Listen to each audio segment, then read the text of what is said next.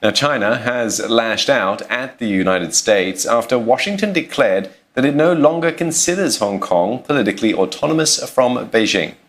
China has described the statement as unreasonable and shameless. Washington could revoke Hong Kong's special status. That means the city could be stripped of trading and economic privileges. That includes visa-free travel and exemptions from tariffs on exports to the United States. Now, for more on this, Simon Marks joins us from Washington, D.C. Simon, the ball now appears to be back in Mr. Trump's court to decide what happens next.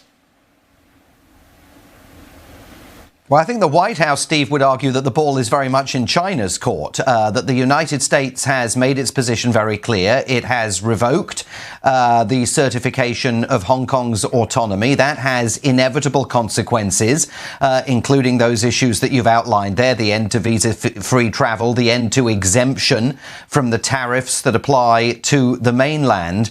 And the Trump administration is very clear. It has argued publicly now, consistently over the last week, that Hong Kong cannot retain its position as a global financial hub if it is not autonomous, if Beijing is going to move forward in the course of the next few months with the implementation of this security law. Now, I think we are all waiting to gauge the reaction from the American companies that do business in Hong Kong. The US-China Business Council expressed grave concern about where things were heading with regards to Hong Kong's status as a global financial hub just within the last day or so. And clearly, American companies that operate in the territory are going to be impacted by the changes in approach that the Trump administration has sparked as a result of declaring Hong Kong no longer autonomous from China. So the White House says, look, this is actually China's ball to decide how to play.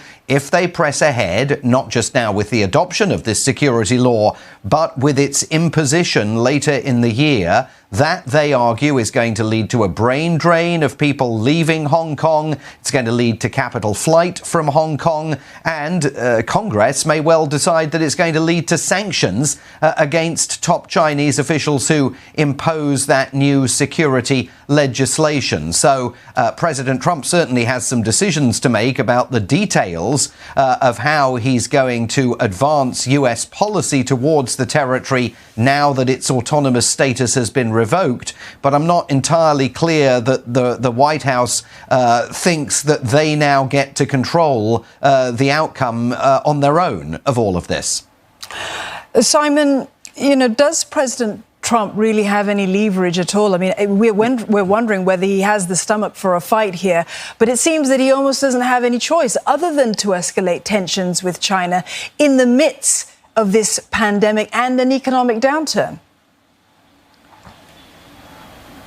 Dawn, the rule of thumb in an American presidential election year is that nothing that happens in Washington is unrelated to an American presidential election. And it has now been clear for several weeks that China is going to be a dominant theme in foreign policy terms of Donald Trump's battle for another 4 years in the White House. Indeed, one of the issues that is stuck in Beijing's craw is advice that Republican strategists have given to Republican congressional candidates. Don't defend Donald Trump's record on coronavirus, they've been told.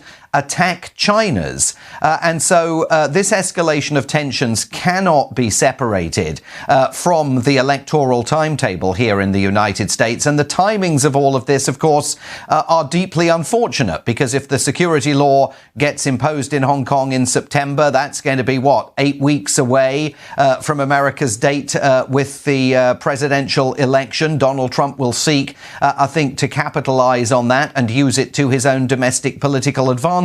So at the White House, certainly, and in the Trump campaign, they feel absolutely confident that as an issue that they can campaign on, they've got China where they want China. The difficulty with that is the collateral damage that this is going to do to the US-China relationship throughout 2020. And one wonders, by the time we get to November the 3rd, whoever wins America's presidential election, Donald Trump or Joe Biden, job number one after the election is going to be over in foreign policy terms is going to be to try and find a way of putting the relationship back on track. But it looks set to remain off track for much of the rest of this year. Yeah, the situation is certainly going to continue boiling on for quite some time to come. Simon, thank you very much for that. Simon Marks there reporting from Washington, D.C.